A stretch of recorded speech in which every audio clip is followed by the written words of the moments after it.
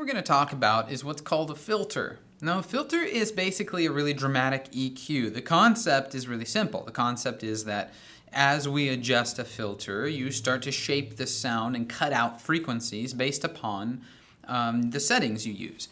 Now, you can get all this jargon and go through all of this stuff, and it ends up sounding really complicated, but look at it like this.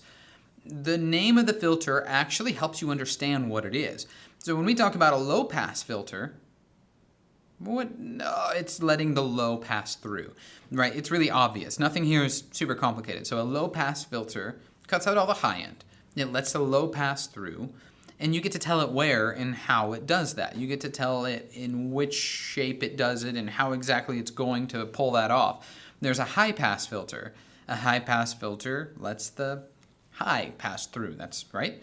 You get the idea here. There's what's called a band pass filter, which actually looks very similar to if you had both a high pass and a band pass filter on, or high pass and a low pass on. You'll see visually, I'll show you that.